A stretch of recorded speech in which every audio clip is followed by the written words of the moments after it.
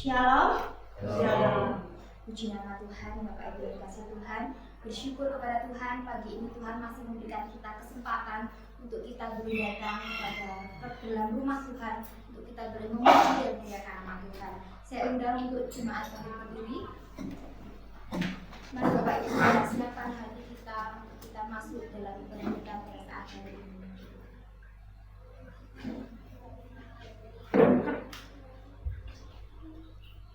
Pertolongan kita adalah dalam nama Tuhan yang menjadikan langit dan bumi, yang memelihara kesetiaannya sampai selama-lamanya dan tidak meninggalkan perbuatan tangannya. Kasih karunia dan damai sejahtera dari Allah Bapa dan dari Tuhan kita Yesus Kristus menyertai kita sekalian. Amin.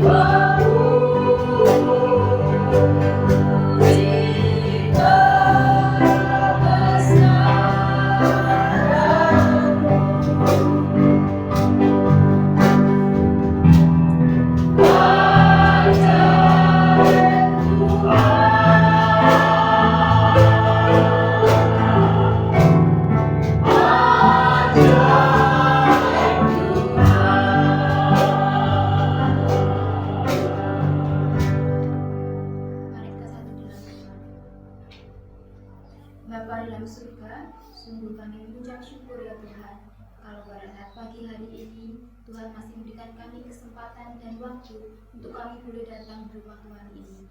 Kami sungguh mengucap syukur ya Tuhan untuk kesehatan, untuk kekuatan yang Tuhan sudah berikan buat kami ya Tuhan. Dan pada pagi hari ini ya Tuhan, pada hari Sabat ini ya Tuhan, kami anak-anak-Mu rindu datang di rumah Tuhan untuk memuji dan memuliakan nama-Mu ya Tuhan, untuk memuliakan nama-Mu ya Bapa. Oleh sebab itu ya Tuhan, sebelum kami masuk lebih dalam puji-pujian dan penyembahan kami, kiranya Tuhan mengampuni setiap dosa dan pelanggaran kami ya Tuhan. Mungkin satu minggu ini ya Tuhan, kami sudah berbuat dosa Tuhan, mungkin dari tutur kata kami, mungkin dari pikiran kami, bahkan mungkin dari tingkah laku kami mengecewakan Engkau ya Tuhan. Kiranya Tuhan mengampuni kami pada pagi hari ini ya Tuhan, supaya kami layak untuk kami memuji dan memuliakan nama-Mu ya Tuhan. Terima kasih Bapa, terima kasih ya Yesus. Kiranya Tuhan, kiranya Roh Kudus hari ini di tengah-tengah kami, mengurapi setiap kami anak-anak-Mu dan jemaat-Mu pada pagi ini. Terima kasih Bapa, terima kasih ya Yesus. Kami serahkan ibadah kami dari awal, pertengahan hingga akhirnya hanya ke dalam tangan Tuhan. Kami sudah berdoa dan mengucap syukur, haleluya. Amin. Silakan duduk Bapak Ibu, kasih Tuhan. Mari bersama-sama kita memuji Tuhan dengan sukacita. Kita pujikan bersama-sama pujian Jawa dan doa Gusti.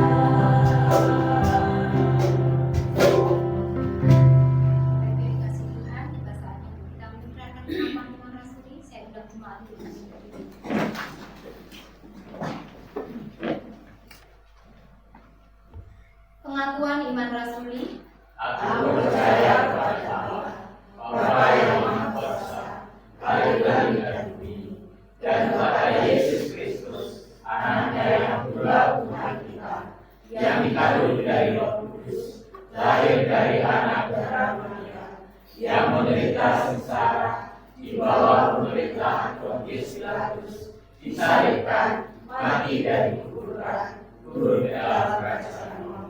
Pada hari yang ketiga, bangkit pula dari antara orang mati, naik ke surga, duduk di sebelah kanan Allah, Bapa yang Maha Kuasa, dan dari sana Ia akan datang untuk menghakimi orang yang hidup dan yang mati. Aku percaya pada Roh Kudus, Gereja yang suci dan am, persekutuan Roh Kudus, pengampunan dosa, kebangkitan tubuh, dan hidup yang kekal. Amin. masih tetap bagi berdiri. Sebentar lagi kita akan mendengarkan firman Tuhan. Firman Tuhan kita iringi dengan pujian pribadi yang mengenal hati.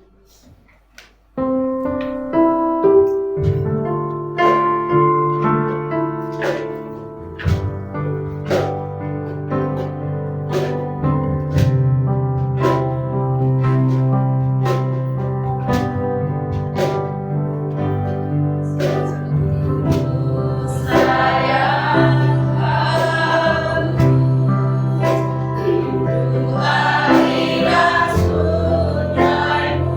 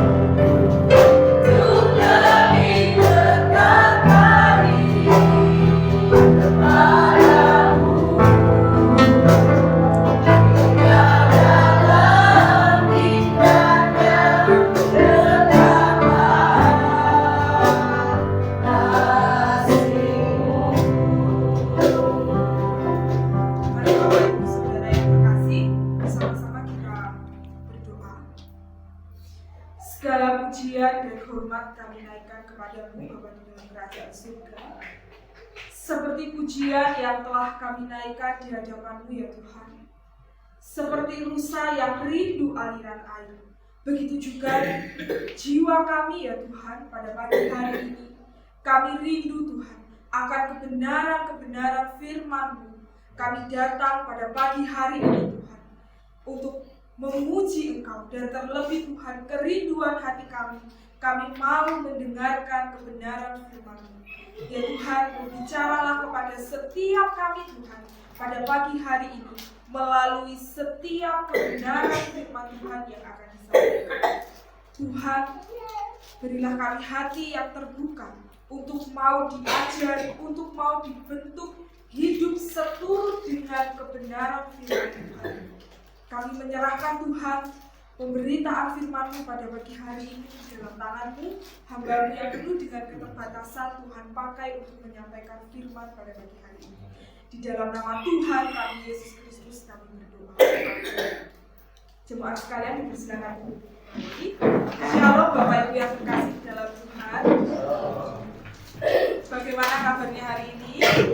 Luar biasa, puji Tuhan.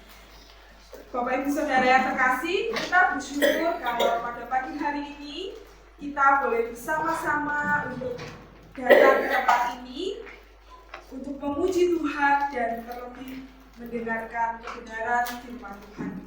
Bapak Ibu yang terkasih, kita akan merenungkan satu tema pada pagi hari ini, yaitu tentang hidup di dalam kekudusan. Kita akan membuka bersama-sama Alkitab kita di dalam surat Titus pasal yang ketiga, ayat yang pertama sampai ayatnya yang ke-14. Surat Titus Perjanjian Baru ayat pasal yang ketiga, ayat 1 sampai ayatnya yang ke-14. Saya akan membacakan bagi kita sekalian surat Titus pasal yang ketiga, ayat yang pertama sampai ayatnya yang ke-14, di bawah judul perikop pesan-pesan penutup. Ingatkanlah mereka supaya mereka tunduk pada pemerintah dan orang-orang yang berkuasa, taat dan siap untuk melakukan setiap pekerjaan yang baik.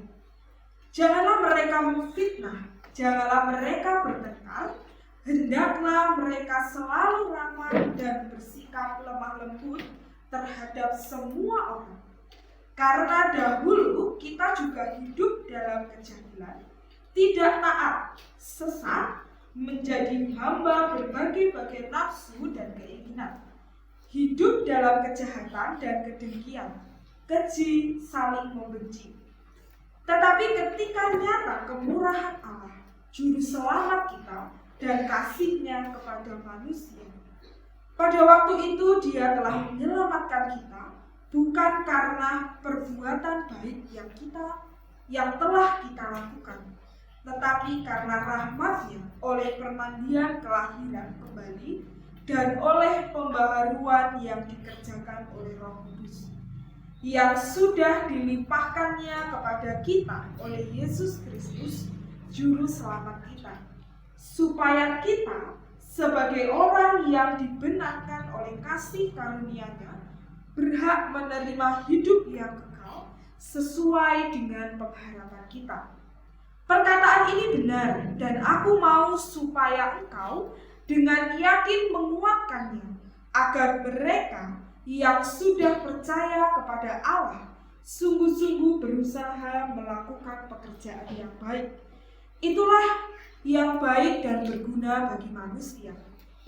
Tetapi hindarilah persoalan yang dicari-cari dan yang bodoh, persoalan silsilah, percecokan dan pertengkaran mengenai hukum Taurat, karena semua itu tidak berguna dan sia-sia belaka.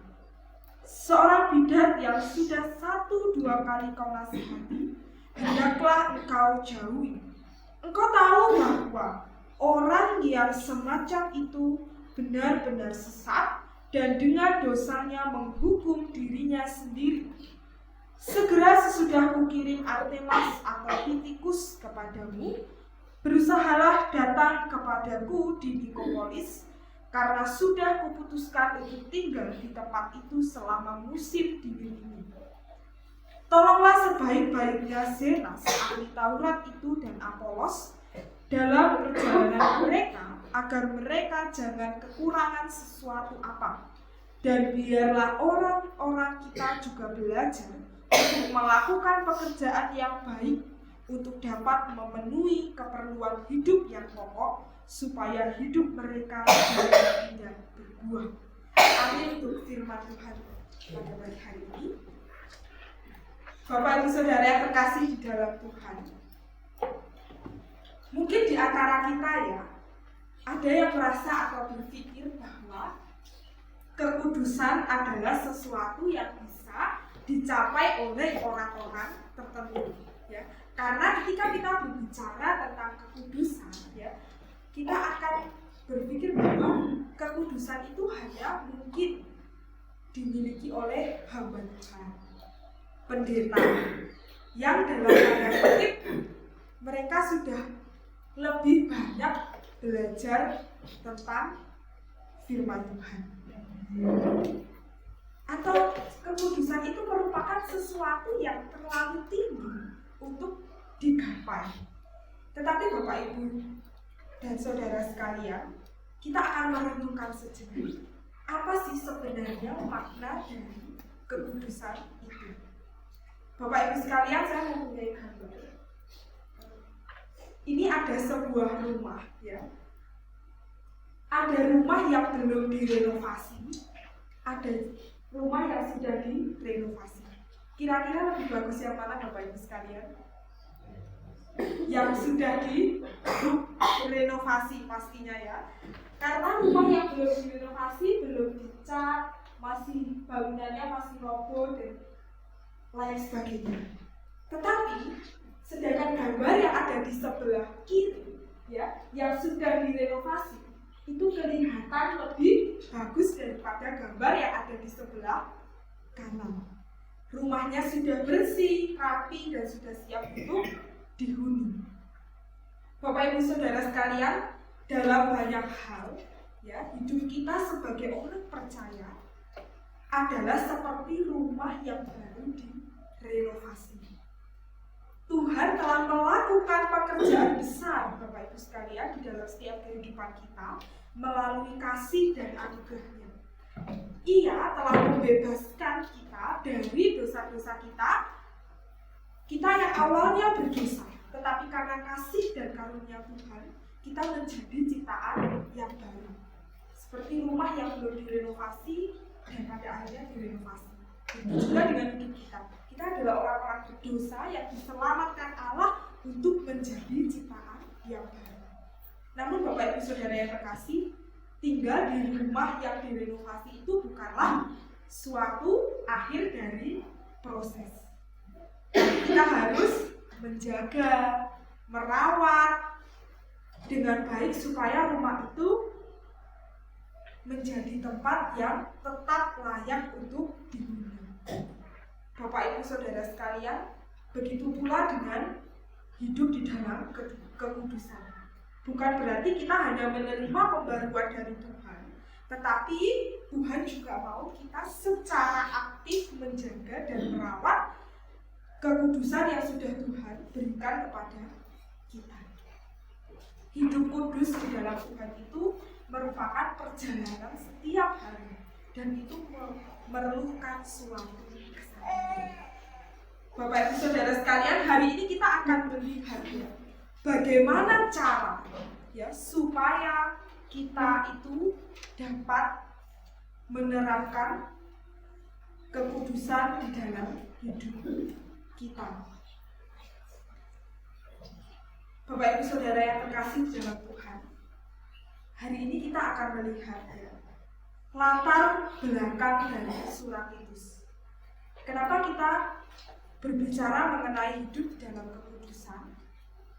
Ya, kita ambil dari surat Titus. Kita akan melihat terlebih dahulu, Bapak Ibu yang terkasih, latar belakang dari surat Titus.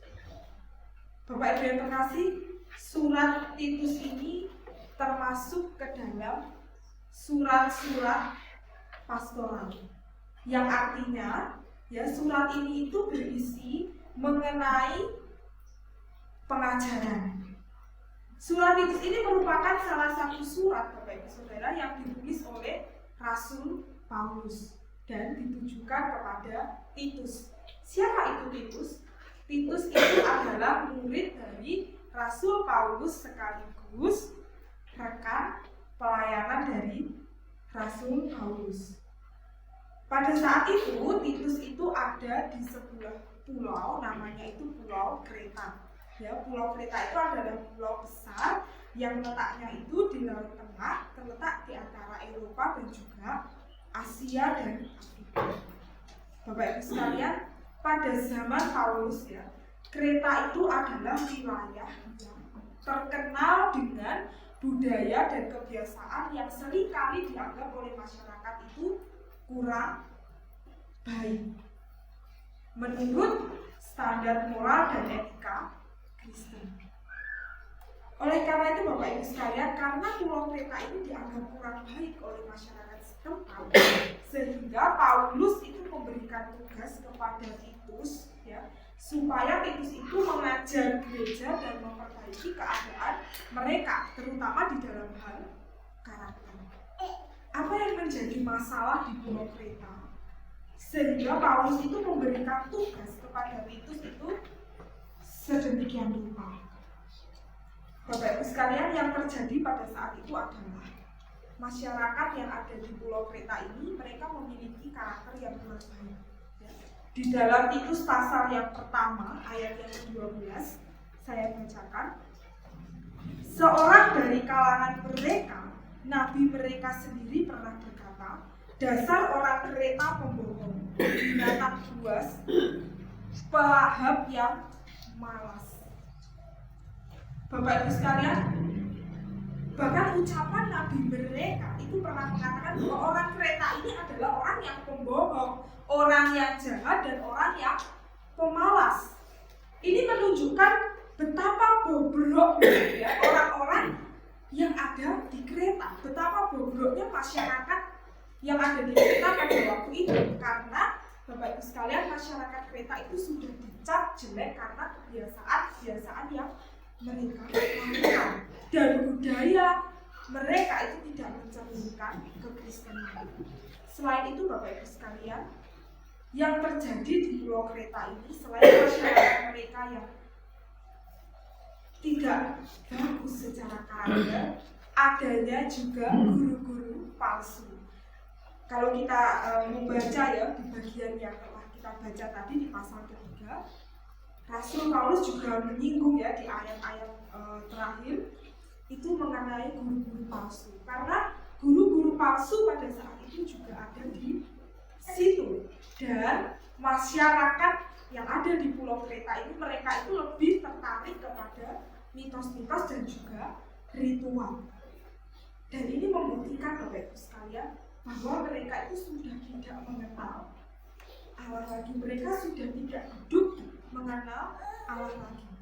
Oleh karena itu Bapak Ibu sekalian, Titus itu mendapatkan tantangan yang besar ya, ketika mereka mengembangkan gereja yang ada di tengah-tengah budaya yang sangat sulit dan juga masyarakat yang mempunyai karakter sifat yang kurang baik. Dan Titus itu ditugaskan oleh Paulus supaya Titus itu mengajar ajaran yang benar kepada orang-orang yang ada di Kreta ini, dan juga melawan ajaran yang tidak sehat. Inilah latar belakang dari surat Titus dan juga masyarakat yang ada di Pulau Kreta. Sehingga Rasul Paulus itu memberikan tugas kepada Titus ya, supaya Titus itu menolong masyarakat Kreta supaya mereka itu mempunyai sikap yang baik, berbalik kepada sikap yang baik, dan menjaga kekudusan hidup mereka. Oleh sebab itu kita akan belajar ya dari Titus pasal 3 ayat 1 sampai 14 ini tentang bagaimana cara supaya kita itu hidup di dalam Yang pertama adalah hidup di dalam ketaatan. Kita akan melihat di ayat yang pertama sampai yang kedua. Ingatkanlah mereka supaya mereka tunduk pada pemerintah dan orang-orang yang berkuasa, taat dan siap untuk melakukan setiap pekerjaan yang baik. Janganlah mereka memfitnah, janganlah mereka bertengkar, hendaklah mereka selalu ramah dan bersikap lemah terhadap semua orang. Bapak Ibu sekalian, di ayat yang pertama ya sudah dimulai dengan kalimat ingatkanlah mereka supaya mereka tunduk. Mereka panggilan yang pertama adalah supaya mereka tunduk kepada pemerintah dan orang-orang berkuasa. Tapi yang ingin saya soroti adalah bagaimana masyarakat yang ada di situ diajari mengenai ketaatan. Paulus menasihati supaya masyarakat pada waktu itu tidak hanya menjadi taat, tetapi mereka juga harus berbuat baik. Ya, di ayat yang kedua dikasihkan contohnya, janganlah memfitnah, bertengkar dan lain sebagainya. Tetapi mereka diajarkan untuk hidup ramah, lemah lembut kepada semua orang. Bapak Ibu yang dikasih oleh Tuhan, ayat ini mengingatkan setiap kita ya bahwa kekudusan hidup itu dimulai dari sikap hati yang taat dan rendah hati. Ketika kita mau hidup kudus, dimulai dari diri kita. Sikap hati yang mau taat kepada Tuhan dan sikap hati yang mau rendah hati. Rendah hati maksudnya adalah rendah hati mau diajar, mau dibentuk seturut dengan kebenaran firman Tuhan. Rendah hati itu mau dibentuk seturut dengan kebenaran firman Tuhan, Bapak Ibu sekalian, bukan hal yang mudah. Tetapi hal inilah juga yang diteladankan oleh Tuhan Yesus. Di dalam Matius pasal yang ke-11 ayat 29, Yesus sendiri juga mengatakan bahwa dirinya itu lemah lembut dan rendah hati. Ya. Yesus mengatakan, "Pikulah yang kupasan dan belajarlah daripadaku karena aku lemah lembut dan rendah hati." Teladan rendah hati bisa kita contoh dari Tuhan Yesus itu sendiri. Bapak Ibu sekalian, sebagai orang percaya yang sudah dipanggil untuk percaya kepada Kristus, ketaatan itu merupakan hal yang penting. Kenapa saya katakan ketaatan itu merupakan hal yang penting? Bapak Ibu sekalian, ketika kita punya hati yang taat untuk melakukan kehendak Tuhan, maka di dalam setiap hal yang kita lakukan, kita kerjakan, kita akan punya hati yang takut kepada Tuhan. Kita takut kepada Tuhan, dan karena kita merasa takut kepada Tuhan, kita akan menjaga kekudusan hidup kita. Hidup di dalam ketaatan dan rendah hati itu memang tidak mudah, tetapi itu adalah salah satu karakter di mana kita dapat mencerminkan Kristus di dalam kehidupan kita. Belajar untuk tetap taat itu salah satu cara kita hidup di dalam kekudusan. Kenapa saya katakan salah satu cara supaya kita dapat hidup di dalam kekudusan dengan kita hidup taat? Bapak Ibu sekalian, contoh sederhananya adalah ketika kita bekerja, kita dengan taat kita melakukan apa yang mungkin diperintahkan oleh bos kita dengan taat kita melakukannya, maka dengan itu kita akan melihat orang lain akan melihat, oh seperti ini loh orang Kristen itu hidupnya itu taat. Oleh karena itu Bapak Ibu sekalian, cara yang pertama adalah hidup di dalam ketaatan. Kalau kita mau taat kepada Tuhan, kita mau hidup sesuai dengan kehendak Tuhan, yang artinya kita taat kepada perintah jalan yang ditunjukkan oleh Tuhan, maka itu adalah salah satu cara supaya kita dapat hidup di dalam kekudusan. Yang kedua Bapak Ibu sekalian, mengingat kasih karunia Allah yang telah menyelamatkan kita. Ya, di ayat yang ketiga sampai ayat yang ketujuh, di situ jemaat yang Paulus mengingatkan jemaat yang ada di Pulau Kreta tentang bagaimana Tuhan itu sudah menyelamatkan kamu. Ya, di ayat yang ketiga, karena dahulu kita juga hidup dalam kejahatan, tidak taat, sesat, menjadi hamba berbagai-bagai nafsu dan keinginan, hidup dalam kejahatan dan kedengkian, keji dan saling membenci. Tetapi Bapak Ibu sekalian, di ayat yang keempat, tetapi ketika nyata kemurahan Allah Juru Selamat kita dan kasih-Nya kepada kita, pada waktu itu Dia telah menyelamatkan kita. Bapak Ibu sekalian, oleh karena kasih karunia Allah, oleh karena anugerah Allah, ya, Allah itu rela mengorbankan anaknya yang tunggal, yaitu Yesus Kristus, untuk mati di kayu salib menyelamatkan setiap kita. Di ayat yang ketujuh dikatakan, supaya kita sebagai orang yang dibenarkan oleh kasih karunia berhak menerima hidup yang kekal.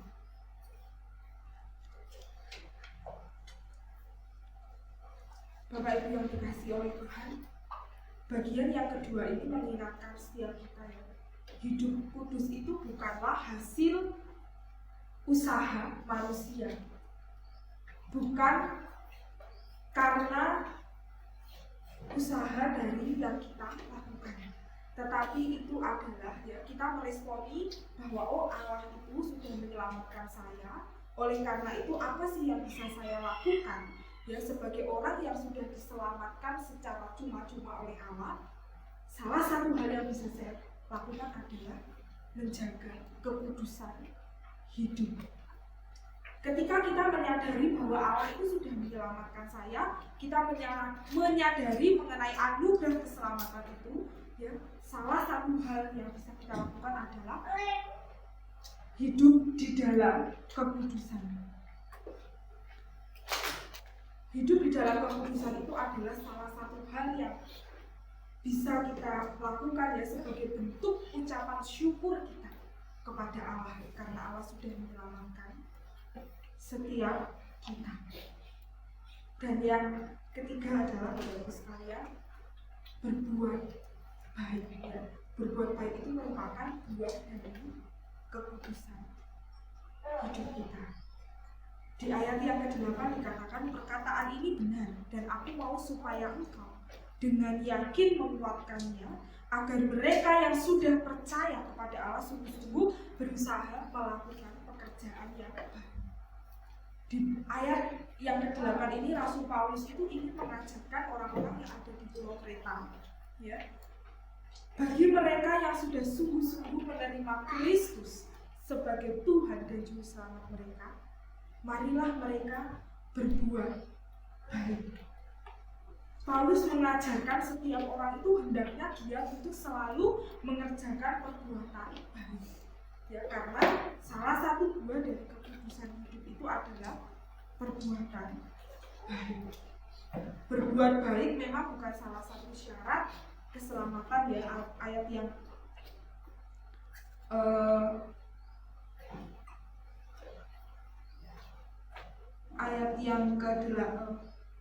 ke-9 dikatakan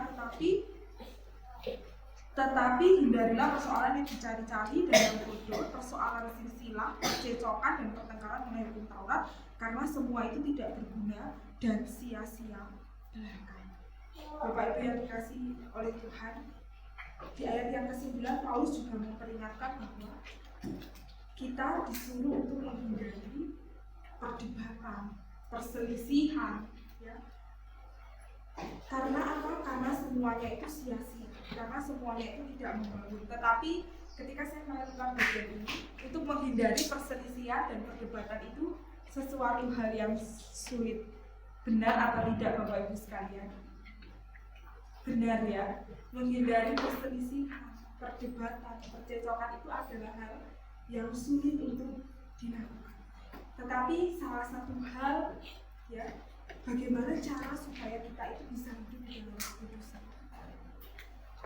Rasul Paulus mengingatkan kita ya, dari hal-hal yang sederhana. Hindarilah percecokan, hindarilah pertengkaran, perdebatan, karena itu semua adalah sia-sia. Dan biarlah orang-orang itu ya belajar untuk dapat melakukan sesuatu yang baik. Bapak Ibu sekalian, Rasul Paulus itu ingin mengingatkan ya setiap kita juga.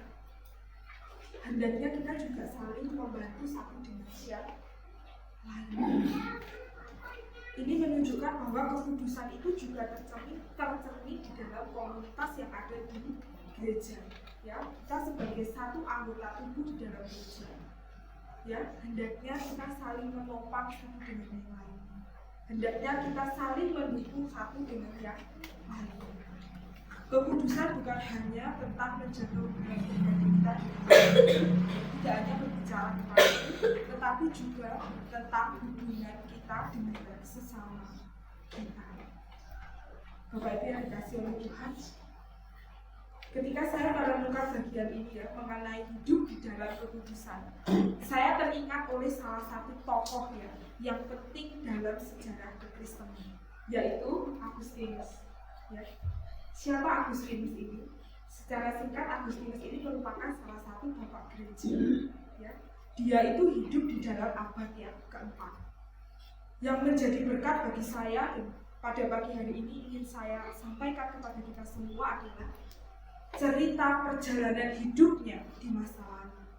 Bapak Ibu sekalian, pada masa mudanya ya, Agustinus ini adalah orang yang hidupnya itu jauh dari Allah.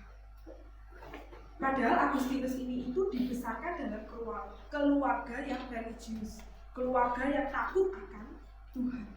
Tetapi selama bertahun-tahun ia memilih untuk mengikuti nafsu dunia. Ia mencintai kebebasan. Ia suka pesta pora dan hubungan yang tidak benar. Di masa mudanya, Bapak Ibu sekalian, Agustinus merasa bahwa hidup di dalam kesenangan dunia itu lebih menarik. Ya. Hidup di dalam foya-foya, pesta pora dan lain sebagainya bagi Agustinus pada masa mudanya itu adalah sesuatu yang menarik bagi dia. Tetapi ya, meskipun dia memiliki pendidikan yang tinggi, ya, kecerdasan yang sangat luar biasa, ya, sehingga dia disebut salah satu bapak gereja, ya, Agustinus hidupnya itu penuh dengan pergulatan moral dan juga spiritual. Bahkan Bapak Ibu sekalian, di dalam salah satu buku yang dia tulis ya, dia mengaku bahwa dia itu sering berdoa kepada Tuhan seperti yang saya tulis di slide ini. Dia berdoa, Tuhan berikan aku kekudusan tapi jangan sekarang. Ya, itu ketika dia bergumul dengan masalah spiritual dan juga moral.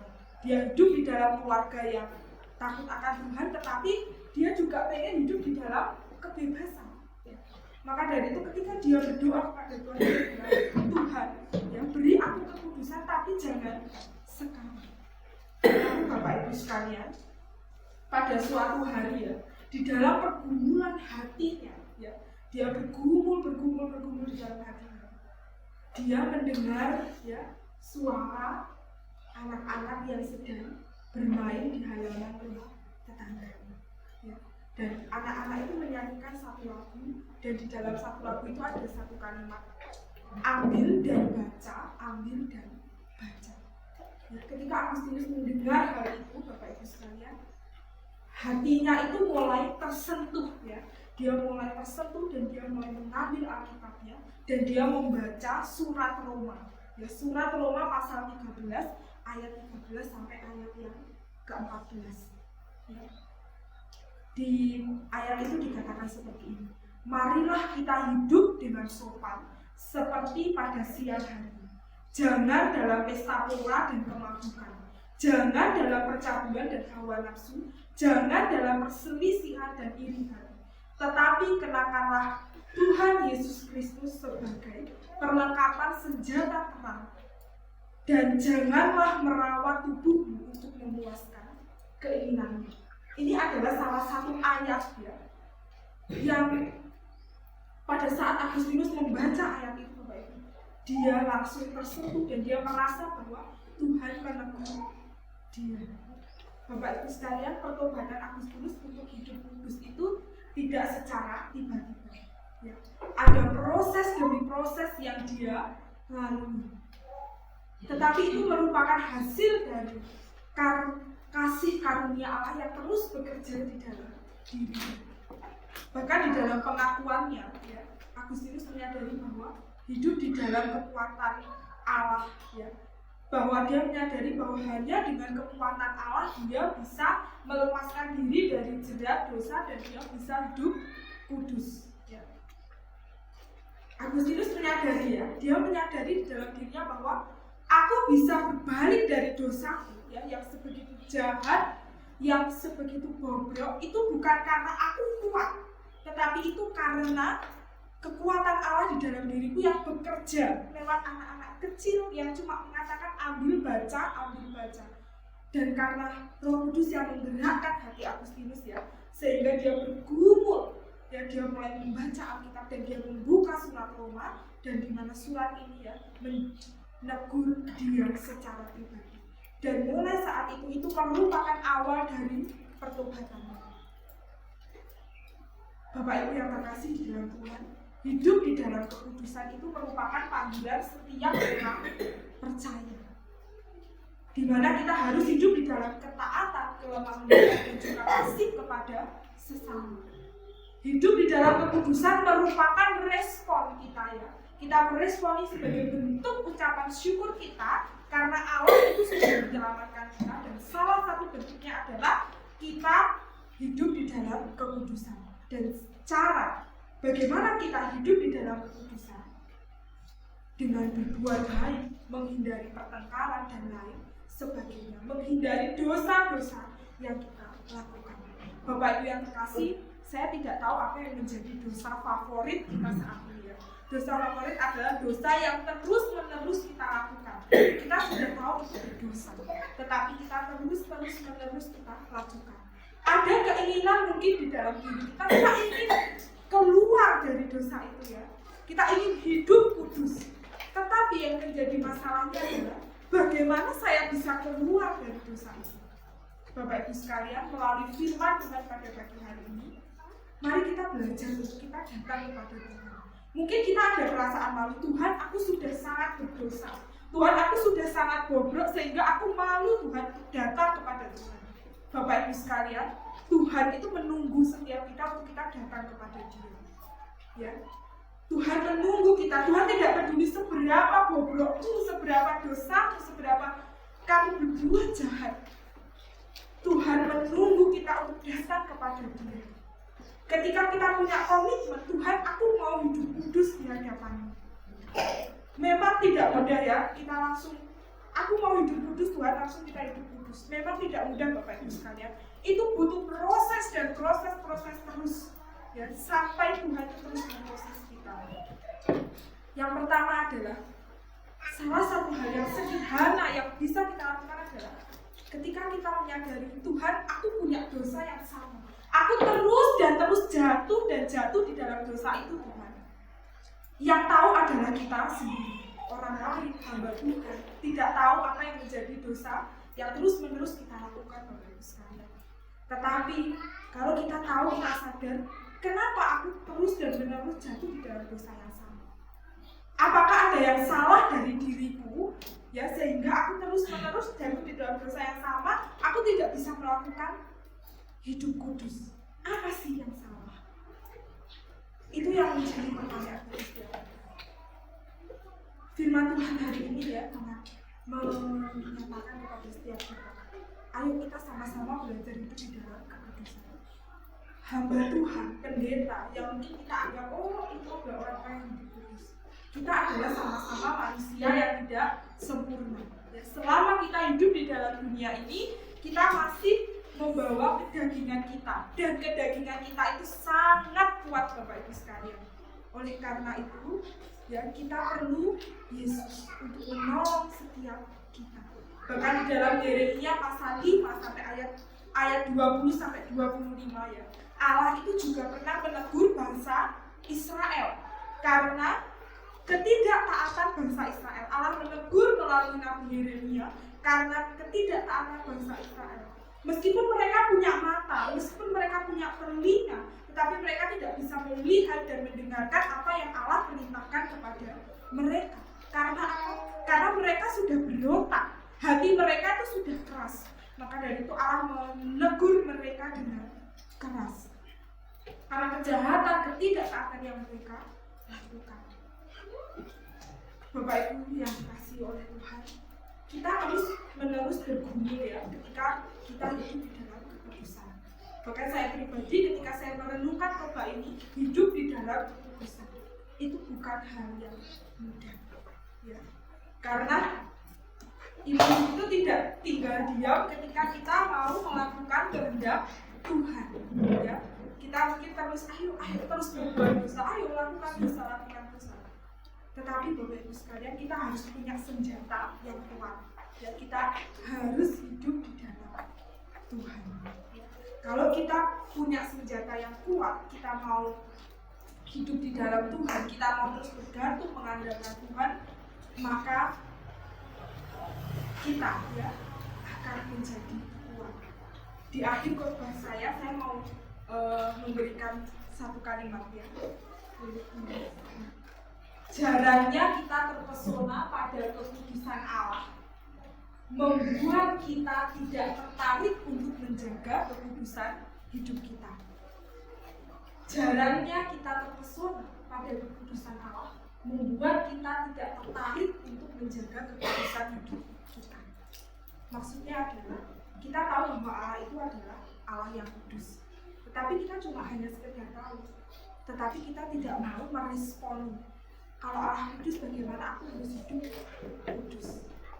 Sehingga karena kita tidak terpesona kepada kekudusan Allah itu, sehingga itu membuat kita yang tidak tertarik untuk menjaga kekudusan.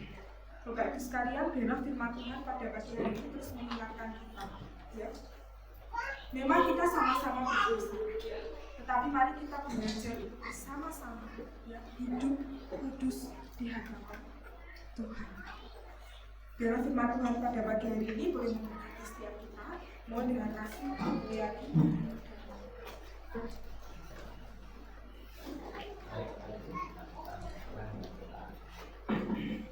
Terima kasih Tuhan telah pakai hamba dalam menyampaikan firman Tuhan.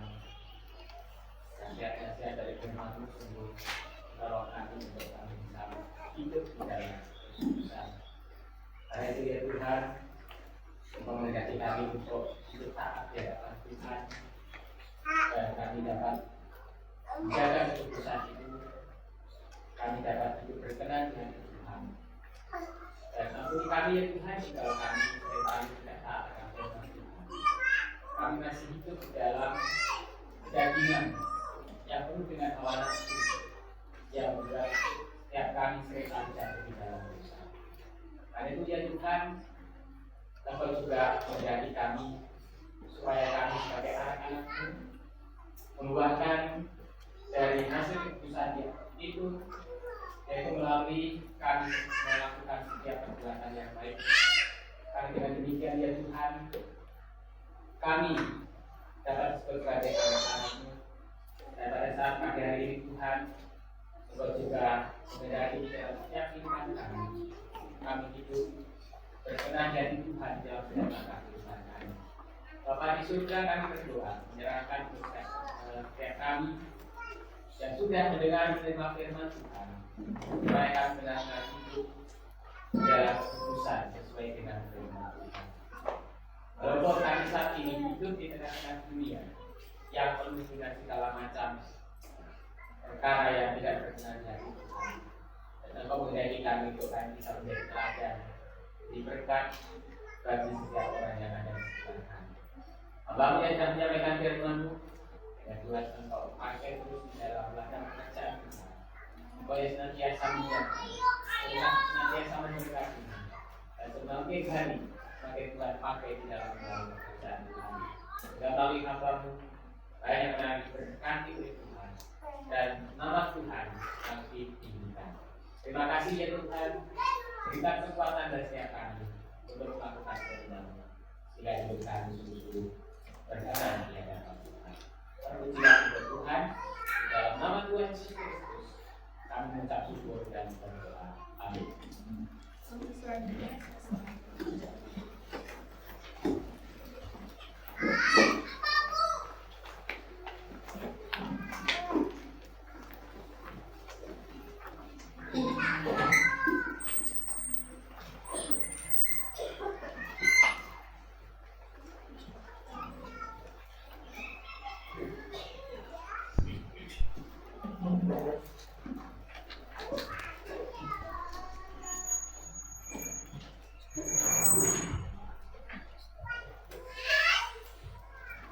Bapak Ibu yang dikasihi Tuhan, kita sudah bersama-sama mendengarkan firman Tuhan. Kiranya firman Tuhan mengingatkan kita bahwa seberapa besar dosa kita, Tuhan tetap mau menerima kita, karena Tuhan kita adalah Allah yang setia. Mari Bapak Ibu kita responi firman Tuhan dengan mengucapkan pujian. Dengan apa akan dibalas?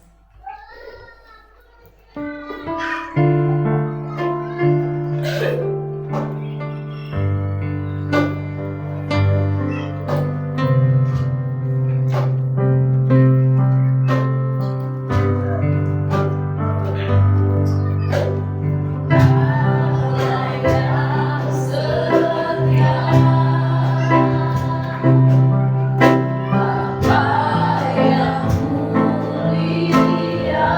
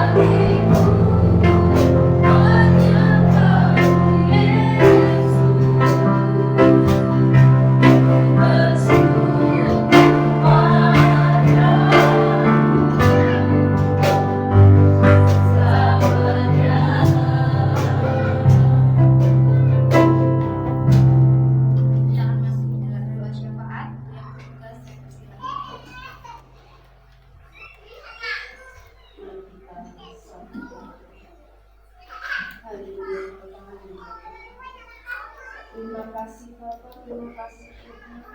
Bapak memberkati ibadah kami hari Allah. Bapak sabar akhir ibadah kami Tuhan. Bapak hari ini ibadah kami Tuhan. Tuhan Tuhan Tuhan dalam setiap hari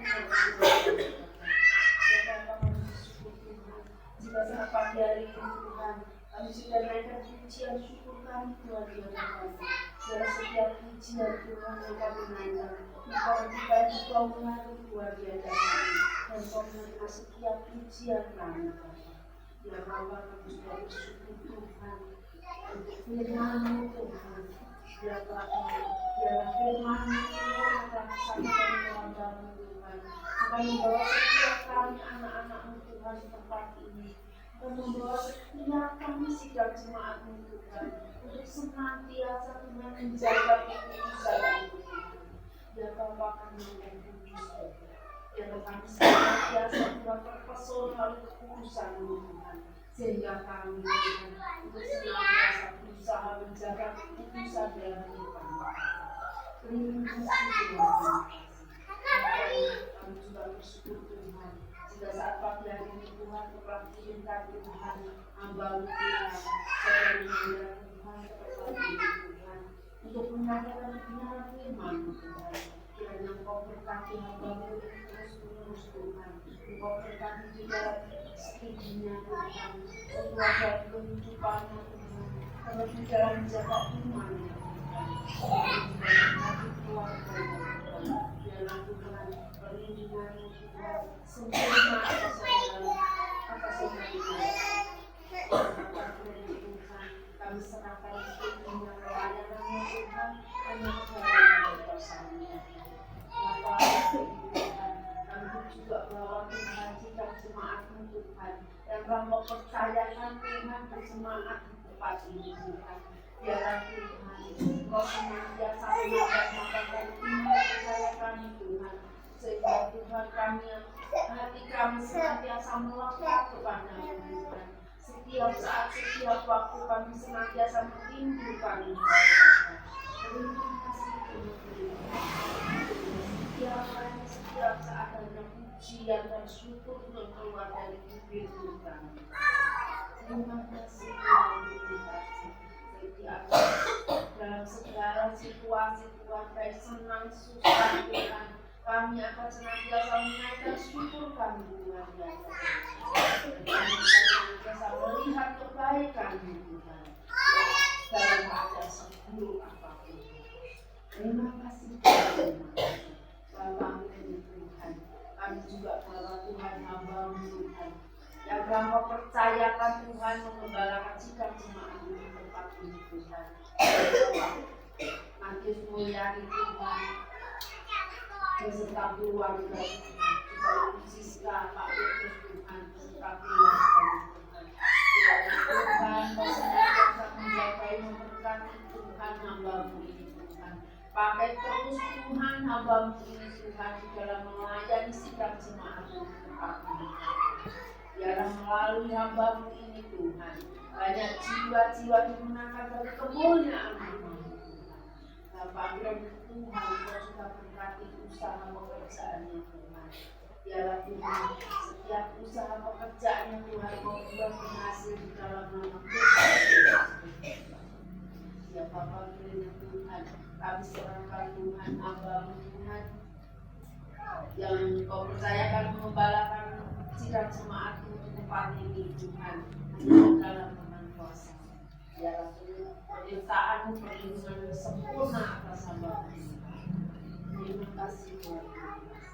Sampai saat ini Tuhan, kami juga bawa Tuhan anak-anak Tuhan yang ada di kampus sekolah Tuhan.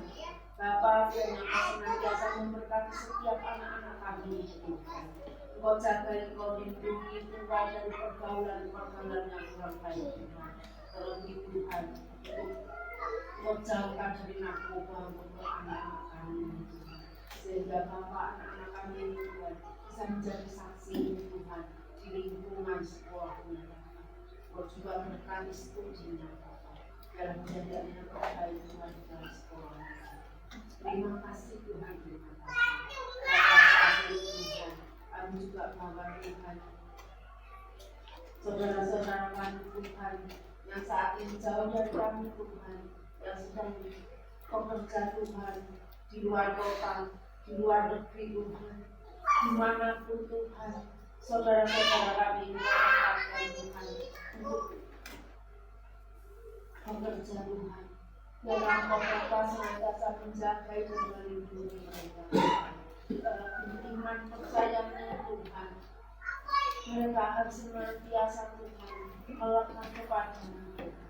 Berkati Tuhan kesehatannya Tuhan. Kau juga berkati keluarga yang ditinggalkan Tuhan. Dalam Tuhan, keluarga yang di rumah Tuhan akan senantiasa menjaga Tuhan kekudusan Tuhan.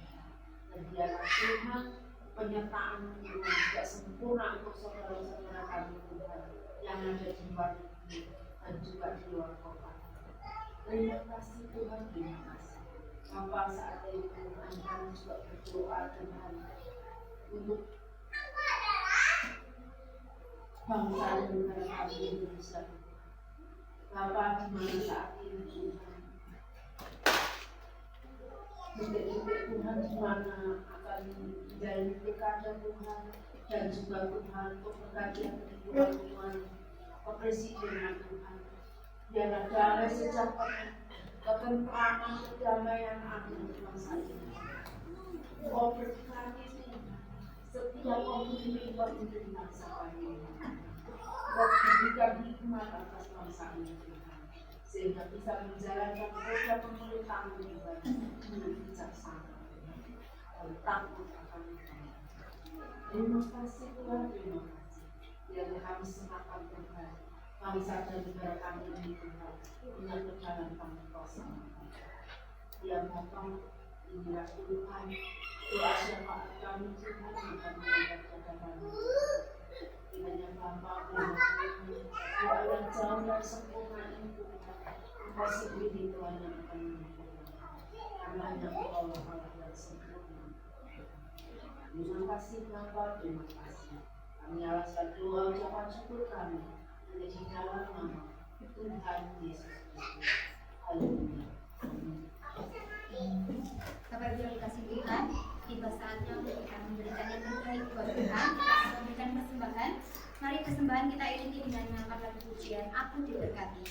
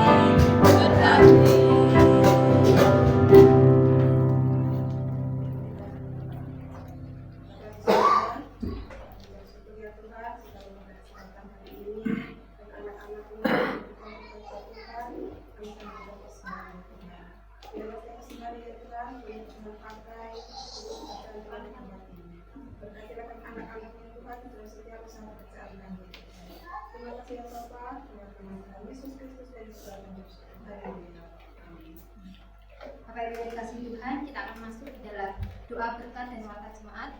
Oleh karena itu, Bapak Ibu semuanya saya undang untuk mengikuti.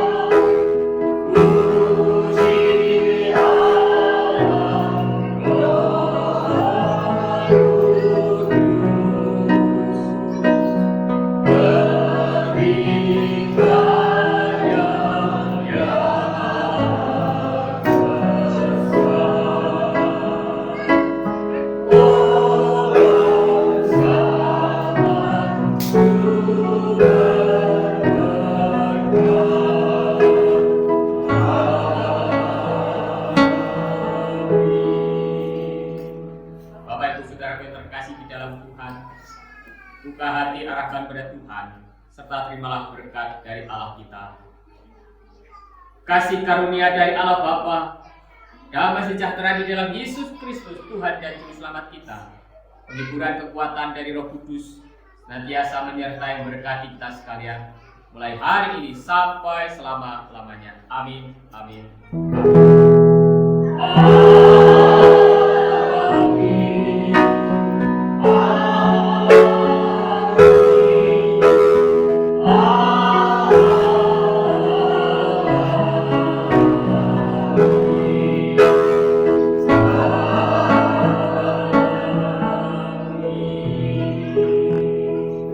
Silakan kembali. Satu, Tuhan berkati.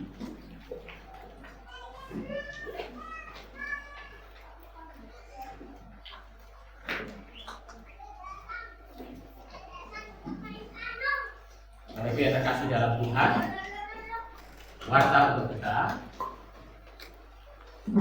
untuk ibadah kita